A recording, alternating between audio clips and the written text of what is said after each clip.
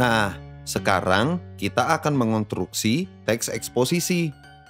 Maksud kamu menyusun atau menulis teks eksposisi, Andi? Benar, Harry. Kita mendiskusikan langkah-langkah mengonstruksi teks eksposisi saja. Nanti menulis teksnya di rumah saja, karena sudah hampir malam. Sebenarnya, dasar menulis sudah kita ketahui saat praktik mengembangkan isi teks eksposisi. Kita sudah bisa menentukan gagasan utama dan gagasan penjelas. Iya, Andi. Sekarang, mari kita pelajari langkah-langkahnya. Apakah kalian tahu langkah-langkah mengonstruksi teks eksposisi? Temukanlah jawabannya pada pembahasan berikut. Langkah-langkah mengonstruksi atau menyusun teks eksposisi adalah sebagai berikut. Pertama, menentukan topik. Memilih topik yang dikuasai, sumbernya mudah didapat, dan menarik perhatian pembaca. Menentukan pula apakah teks eksposisi yang akan dibuat bermaksud memberi pendapat pada sebuah permasalahan atau menyampaikan sebuah rekomendasi.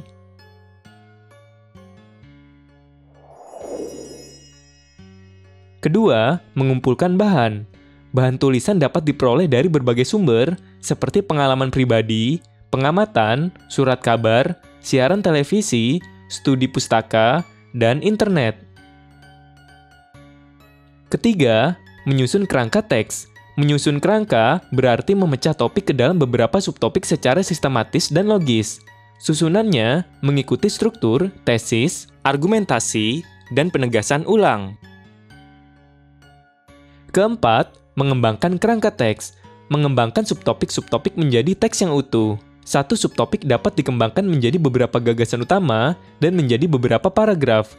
Pada tahap ini, penulis harus mampu menyajikan fakta-fakta dan alasan logis, sekaligus memilih kata atau istilah yang tepat, dan menggunakan kalimat efektif. Selanjutnya, kalimat-kalimat tersebut disusun menjadi paragraf yang padu.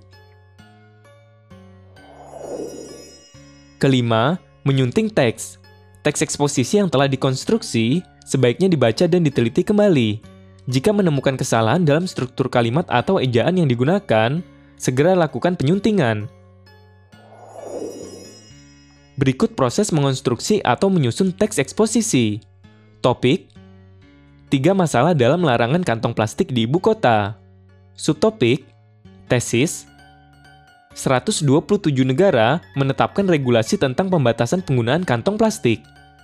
Argumentasi: 3 masalah dalam larangan penggunaan kantong plastik. Penegasan ulang: keuntungan terbesar dari larangan kantong plastik adalah upaya dalam mengubah cara pandang kita terhadap lingkungan. Menentukan gagasan pokok dan gagasan penjelas. Gagasan pokok: lebih dari 127 negara menetapkan regulasi tentang pembatasan penggunaan kantong plastik. Gagasan penjelas: data meningkat lebih dari 3 kali lipat. Jakarta mengadopsi larangan. Jakarta dan Jepang pencemar plastik di lautan terbesar. Indonesia dan Jepang melarang penggunaan kantong plastik gratis. Gagasan pokok: 3 masalah dalam larangan penggunaan kantong plastik. Gagasan penjelas: sampah plastik bukan sumber pencemaran plastik yang terbesar. Konsumen dapat beralih ke alternatif yang lebih buruk. Konsumen yang merasa sudah menyelamatkan lingkungan dengan tidak menggunakan kantong plastik akan merusak lingkungan dengan cara lain. Gagasan pokok: keuntungan terbesar dari larangan kantong plastik adalah upaya dalam mengubah cara pandang kita terhadap lingkungan. Gagasan penjelas: riset menghubungkan biaya untuk kantong plastik. Ada pergeseran norma yang lebih luas. Pencerahan terkait penggunaan tas kemasan. Data Badan PBB untuk Program Lingkungan atau UNEP. Dampak kantong plastik terhadap lingkungan harus dipertimbangkan dengan hati-hati. Berikut ini adalah hasil mengonstruksi teks eksposisi.